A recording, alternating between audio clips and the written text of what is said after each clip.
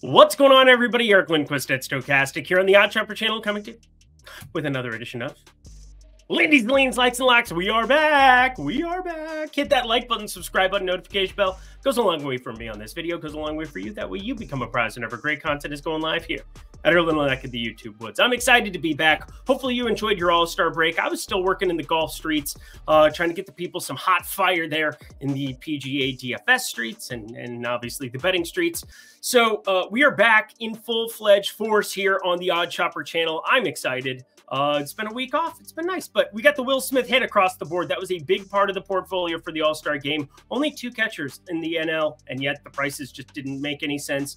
Thought having small plays on Contreras, but definitely Will Smith was undervalued in the marketplace. Thought there was a chance he could get the 3 at bats. Only got 2, but got that hit out of the way early. Basically a break-even All-Star game for me. Actually a tiny loss because I had a ton of MVP bets, none of which being Jaron Durden. Actually only 3 MVP bets. Corey Seager. What at bat? What are we doing here? Anyway, we got BetMGM, we've got Odd Chopper, and we've got 14 games, some shenanigans that I think are going to go on with the pitchers in this one. So you do want to kind of like tread lightly. There was going to be a potential lock. I will talk about it when we get there, but I think that there's enough uncertainty because there's no official announced starter, even though I think he's going to be the starter coming off of the All-Star game. We'll talk about that one when we get to it, that's for sure. But producer Jacob's on hand. He's excited to be back in the MLB streets. I will obviously be off for the weekend then, and then I will be coming to you on Monday. Monday, we'll get back in a rhythm and feel the rhythm, feel the ride. Jamaican bobsled time. Producer Jacob, let's get to the picks. Might have some like Olympic basketball in these Leans, Likes, and Likes. Probably I'll just do that over in the short streets or like on X. Follow me at Eric Lindquist. But as we get started here, Arizona taking on Chicago. I'm pretty sure it ends up being Zach Gallen who gets the ball in this one. Justin Steele on the other side, but no official announcement from the Arizona side. Justin Steele purposely they want him to be their #1 here. And Cubbies got to start winning some baseball games. They have been brutality at times. Pete Crow Armstrong, there we go. PCA, if you will. Yeah, PCA. He decided to go double dong, even what I just bet him for 1. 9-hole hitter there for the Chicago Cubs last time around. That felt good. In fact, I'm going to put him as a lean on this ticket purely because his launch angle is up. And Mr. Zach Gallen does give up some of that hard contact here. 47.5% hard hit, 431 expected slugging, 12-degree launch angle. And it really came down to Pete Crow Armstrong heading to St. Louis in that one spot with just a 28.8% hard hit. But he's had over an 800 OPS anytime he got sent down to AAA. Hasn't really had a full featured role here on this Cubs team. I think he'll be in there against righties pretty frequently. And I think things have to get better. I don't think anybody gets that analogy or that reference. But anyway, under 7.5 is going to be a lean for me in this one. I do like the pitching, Gallen. I do like my boy Justin Steele as well. But Pete Crow Armstrong, not listed. Nobody listed in terms of props because we don't have an official Arizona one. But anything better than plus 550, I think I'd be a little bit interested in here. Wind's supposed to be blowing in slightly from right field, but I'll revisit this one in the morning. My least favorite of the home runs, but I just wanted to feature and highlight that. Pete Crow Armstrong on Sunday. That was fun. Aaron Nola, Martin Perez, I believe ends up being the guy for Pittsburgh. And what a gross thing to have the All-Star break and then have to like start Martin Perez right out the get-go. Like that can't feel good, right? That can't. He's given up 6 and 5 earned in 2 of his last 3. In the middle of that, 7 1/3 with 15 ground balls against St. Louis. That really jumped out to me a little bit, I got to work on my sentences. We're just getting back into it. You know? Ease in tension, baby. Just try to ease the tension. Go ease it on someone else. Anyway, Aaron Nola on the other side. He's pretty good, but also Brian Reynolds. I think I've called him this like forever. He's just a major league hitter. He's a professional baseball whacker guy.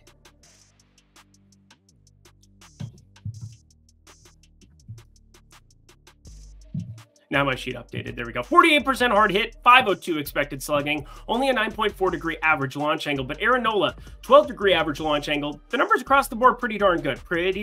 But plus 470 on FanDuel. Click. Anything better than plus 425 is going to be on the card. And wouldn't you know it, we're getting 55 cents better than that. Good job, Eric. Oh, you can count. Good for you. And you can count on me meeting you in the parking lot. Thought I'd see how many Happy Gilmore quotes I could get into like one beginning of the segment. I'll get it out of my system here now. Here, lady, just eat this. It's basically, you know that Mista lady? I think I just killed her. They're going to probably kill Patrick Corbin here. The Cincinnati Reds are going up against Frankie Montas. Frankie Montas brings absolutely enough for Patrick Corbin sucks. Frankie Montas isn't good, but Washington, I do think, even with Mr. James Wood out there, 20.9% K rate, good at avoiding it, but just a 96 WRC plus. This really just comes down to Patrick Corbin. We're going to probably never see him pitch baseballs again after this year. 15.9% K rate, 48.3% hard hit, 9.8% barrel percentage. The only reason that we're not seeing like Washington just DFA him is purely because they're paying him $1 gazillion. You might as well eat some innings, and you're not going anywhere, Washington. You're just not. You're not very good. Cincinnati money line is -118 over on DraftKings. Doesn't have a lot of lines, a lot of props here for today. And we're going to have a really dead zone here of leans, so buckle up. Tampa Bay and New York, Zach Eflin, Garrett Cole. Garrett Cole has not been himself, and the weather pretty advantageous for hitting. Now, Yandy Diaz, Mr. Randy Arozarena. These are guys that really want to potentially play themselves out of Tampa Bay onto some teams that could use their services and, you know, obviously win some playoff games. Tampa Bay, they're starting to, you know, they just may. What do you say? Might go eat some hay, lay by the bay. All right, I'm done with the Happy Gilmore quotes. Zach Eflin, not ideal spot for him, having to face a lot of these righties, but an 18.9% K rate, despite him not getting a lot of swing and miss, does have a 285 xWOBA. But you look at Aaron Judge, and then these lefties now, Soto and Ben Rice. Yes, I'm throwing Ben Rice into the equation. 611 expected slugging to start off his big league career. I got to expect negative regression to that, but you got to be excited if you're a Yankees fan, because it had been tough sledding there for a little bit. I don't have any interest in betting this game at these numbers, though. Tampa Bay money line, if you absolutely positively made me, I'm not going to bet this at all. Same way that I don't trust what is going on here with Garrett Cole, I don't exactly trust what's going on with Chris Bassett either. I can't really make up my mind whether or not we're going to see him get lit up in the second half of the season, or I don't know. 259 expected batting average is bad. Nearly a 10% walk rate is bad. Only a 20.2% whiff percentage on his ensemble of pitches, primarily cutter, changeup, split finger, four-seamer. I don't know what I think about Chris Bassett, but you know what? That's the beauty of baseball. We got 14 games on the slate Friday. We still have a gajillion games to go here up until, well, NFL season will be starting up. Then we'll continue to do these videos. We'll continue to make ourselves some money. But Detroit first five, if you had to make me make a play in this one as well. But even though I do think that Jack Flaherty, the far superior pitcher, gets to face a team with like basically no lefty power here on the other side, it's still freaky up in Toronto coming off the break. Don't forget, one thing that I'll bring up throughout the show, all these bullpens, they have full usage. They've had the entire week off. Some guys had to pitch for a day on Tuesday, 1 inning, basically a bullpen session. And we'll talk about that with Baltimore here too. But Detroit first five money line, just going to be a lean for me. Sadly, not going to make the card. This should make your card all the time, though. The OS Premium Tools, Discord Insider Access, all of that can be yours for $14.95 weekly, $49.95 monthly. You simply go to the link below. You click on it. You sign up. And, oh, by the way, you should use promo code Lindy when you do. Get yourself 20% off in the process. That becomes $15 into $12. Look at that. 15 into 12 for your first week, and then 50 into 40 for your first month, if you so choose. Expert picks, that is myself, Ben Raza, Eitan Shander, everybody you know and love here on the Odd Shopper channel, along with the Discord, along with the premium tools, all of that for one super small price there. Welcome back, friends. $12. Sign up at the link below. Back to the picks we go. The Mets, M-E-T-S, Mets. Sean Manaea going up against, well, we don't actually have an official starter here on the Miami side. And this is like really the beginning of like, I don't know what to do with some of these games because we're not going to find out until tomorrow morning who's going to be pitching what. And teams are really just taking their sweet taking liberties and just chilling. They had a longer All-Star break than I did. I'm working here on Thursday night, but Edward Cabrera is who I think it ends up being. And Edward Cabrera is hot garbaggio. as such, I'm going to lean towards the Mets on the run line. But plus 122, the whole problem with this is that this is a ballpark that doesn't give up a lot of runs as is. It's going to reduce the variance. That you're not going to have a bunch of like 2-run type results, even though that's literally what I am trying to target in some capacity here. Maybe money line, we can jump on that one here. Sean Manaea in a really good spot. Miami not exactly stellar against righties, the dead last WRC plus in all of baseball, 70 WRC plus, but something's going to show up for me if this is Edward Cabrera. But I really need to know that, because there's certain pitchers I do not want to try to target here. And Miami, knowing that they can go to that bullpen really quickly. AJ Puck's starting to be better out of there. Who knew? Oh, yeah, everybody knew. San Diego pulled the old switcheroo over the weekend. On Friday, it was specifically. Matt Waldron ended up getting the ball. Know the rules of your sports books. Obviously, there was some action that I had on the over, and then Matt Waldron ends up being the pitcher, and that was an absolute stone-cold disaster for me. You're going to get bit by that from time to time. I mean, Summer League, you're seeing guys getting ruled out all the time. Just know which books. Again, I bet the book where I knew it was live action no matter what, but ends up being a 6-1 ball game, and Waldron didn't even pitch that well. Waldron was the guy, it was Sweaty Balls, Mr. Schwellenbach, who I think is actually going to be pitching against St. Louis coming up here in a later game. But wanted to at least point out that I do like Matt Waldron, knuckleballer. You don't see them all the time here, but this is a ballpark that's playing way up for lefty power this season. They removed some banners out there. There's like a wind funnel. It is blowing out to right field here, so we're going to pay very close attention to that. But as such, Tanner Bybee, this guy's been pitching really well at times, but starting to see a little bit of that regression here. Maybe a little fatigue. I'm not really sure, but I'm going to be paying close attention to his velocity numbers. Given up 4 earned in back-to-back outings, has gone 99 and 109 pitches.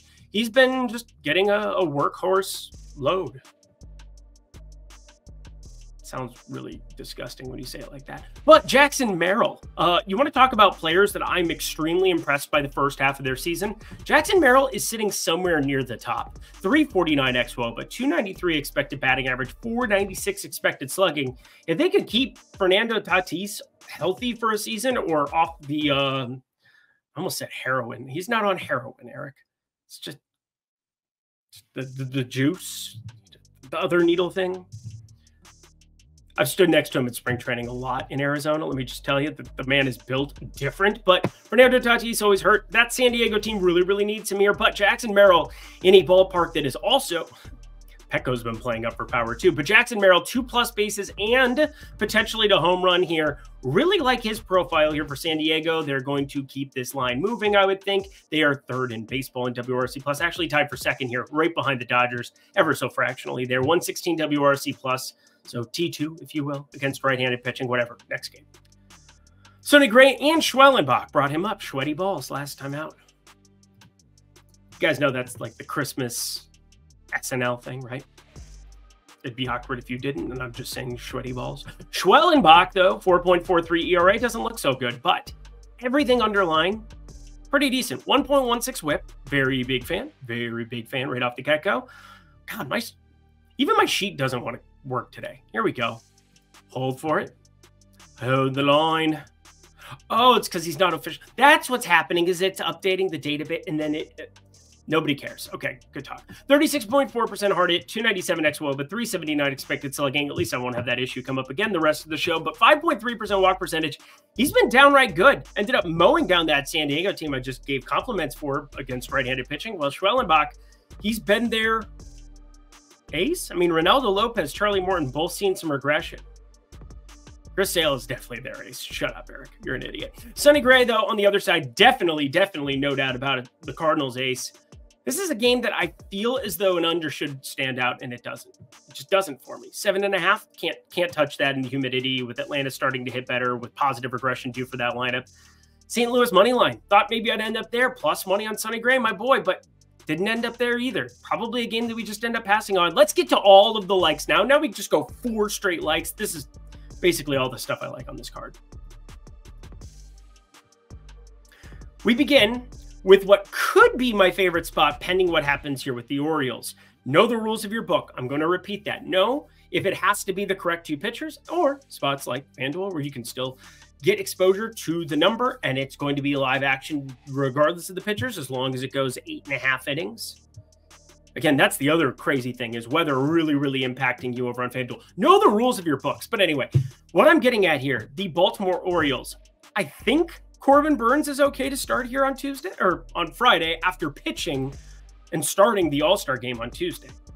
I think you can treat that kind of as a bullpen session. I mean, if you don't know, 6-7 days you have for between starts in the major leagues for pitchers, unless it's the playoffs and you can pitch on short rest and you're really trying to force the issue there. But I think a lot of these pitchers these days, after 2 days, 3 days, you're looking at a bullpen session followed by 2-3 days of rest.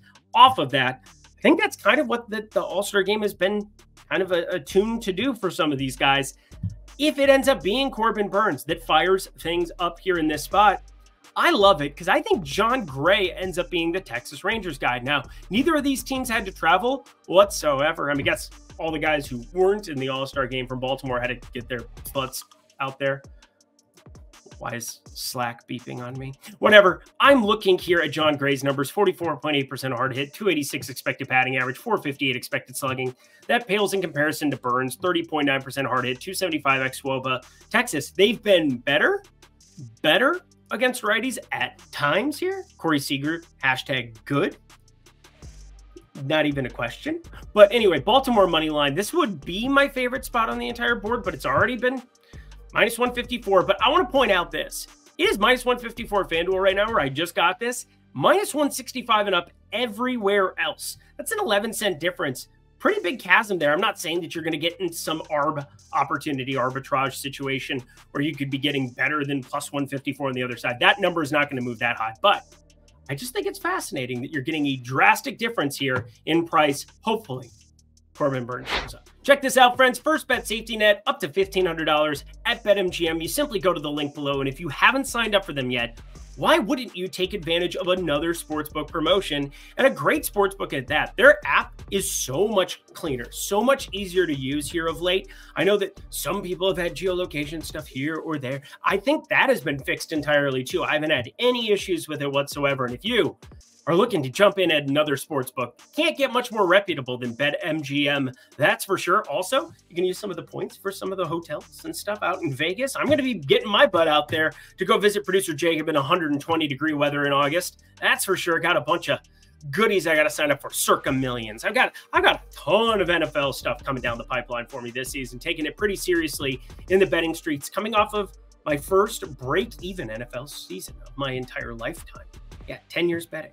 NFL, got to revamp the process. I'm taking it so seriously. But anyway, first bet safety net up to $1,500 down at the link below. Ignore everything else that I said because I'm an idiot, but you know, it's true. Hey, you gotta be forward facing. You gotta be honest with the people. Oh, only if you're 21 and over. If you have a gambling problem, please call 1-800-GAMBLER. Back to the picks we go. I stay flexing in my candy pen, rolling day, sipping day on an A full swing.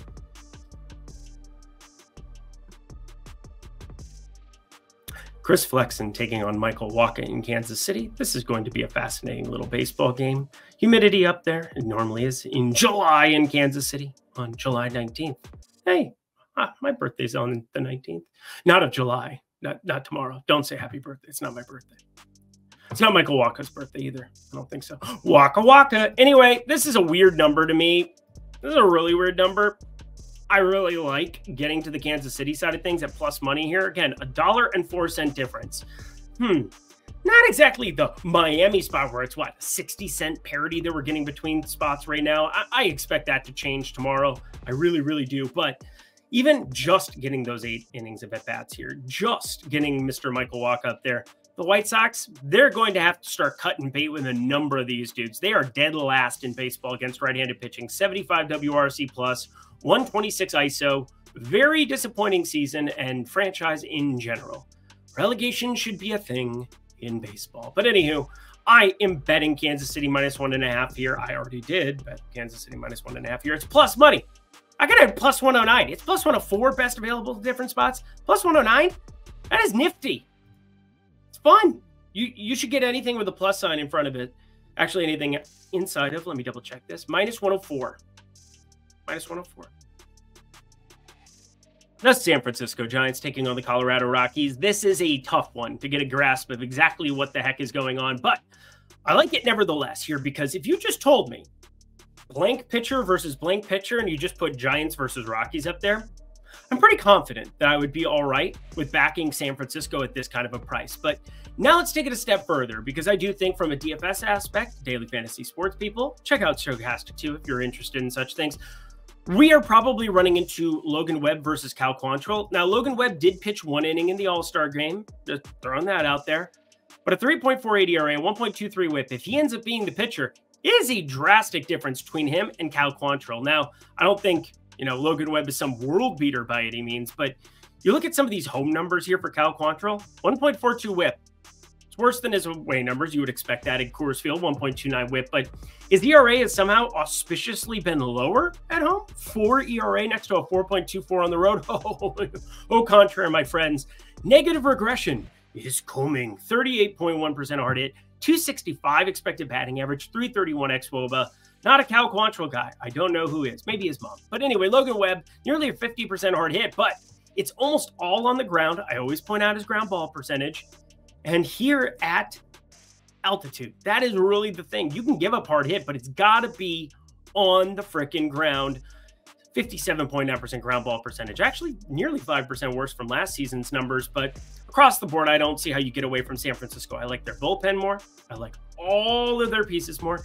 I do think San Francisco, a team that I can't tell if they're going to start buying in on pieces or start extracting pieces, but it doesn't matter here. Minus 154. Give me that. Give me that for sure. I mean, this is probably tag it together with Baltimore if you really want to avoid the minus 154 numbers or here we go. It's very chalky. Yeah, sometimes the square plays the right play. In this case, it is. Let's talk about a better play next. If we're taking out the pitching question marks, if we're taking out just all of the uncertainty that revolves around, the Corbin Burns potential spot, Logan Webb potentially from the last game. I think this is probably my favorite bet, just not knowing exactly what we're getting into. Again, know the rules of your books. I say that a million times. Know what's going to be live action, what's not. But I think this ends up being JP Sears versus Griffin Canning. We don't have this official over on the MLB. It just matches up for the starts. I think that's what we run into. We'll see. But either way, both teams can go to a bullpen instantly. And we're in Oakland with an 8.5 total and two offenses that aren't exactly world beaters. Now, we just saw Oakland go into Boston and put up a zillion runs, like an absolute metric tons of runs. We also just saw the Philadelphia series where Brent Rooker, I think he went double dong, and then Lawrence Butler goes triple dong to just really set the world on fire. I mean, what in the absolute world is going on there with Oakland, some of those bats? But we're heading back into Oakland. Not a good hitter's park. An 8.5 is just a shocking number to see it open here.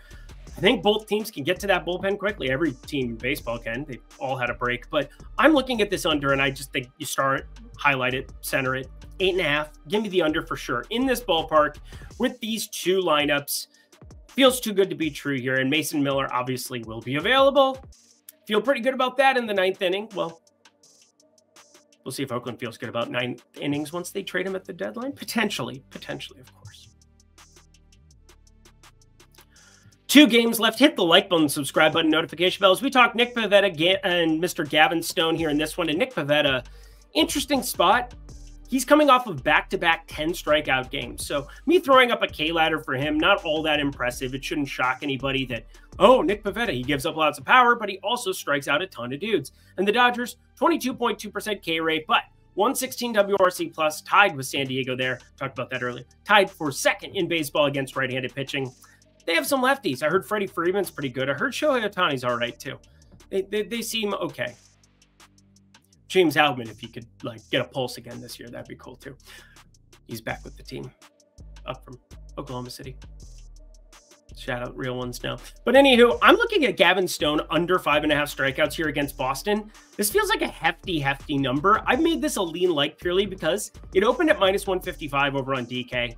No other book has this listed right now. I think we're going to be getting this better than minus 155 if I just sit around and chill and wait Happy to bet it at -155 here and attach it to something if I really, really want to. But Nick Pivetta ladder up to 9. Chaos is a ladder. And Gavin Stone under 5.5 strikeouts. Really like that side of it. Anything better than -160 will be on the card, but I'd like to see other books open it first. And we have two really good pitchers, Hunter Brown and I'm assuming Luis Castillo, even though, again, that is a TBA. So just keep your eyes out, keep it posted, stay on your toes. Under 7, just going to be a lean for me. These are two really, really good righties. Now, obviously, Jordan Alvarez back in the fray, not the band. That'd be really cool to see him sing, "Everyone knows I'm in love." We should probably just go, right? Yeah. Welcome back, everybody. And that does it for another edition of Lindy's Leans, Likes, and Locks. Head to the comment section below. Let me know what your favorite plays are on the board for Friday, July 19th. Looking forward to being back in that premium Discord, the MLB betting channel, just seeing it quiet after Tuesday. Obviously, it was lit up on Tuesday once we got the Will Smith hit. That covered everything else that I was trying to target in that entire frickin' game. The 1 unit spectacular, plus 185, of course. If you boosted it, you got more money. Anywho, head to the comment section below. Let me know your favorite plays. Excited to be back talking baseball with you. See you on Monday. Another little break over the weekend. Hit me up with questions at Eric Lindquist if you want to know. I'll probably be betting some stuff for sure on Saturday. Sunday for sure I'll be betting. Saturday's hit and miss. I got a golf tournament, so there's that. Anywho, thank you, producer Jacob. Until next time, friends, I'm Eric Lindquist. Best of luck in the MLB streets on Friday.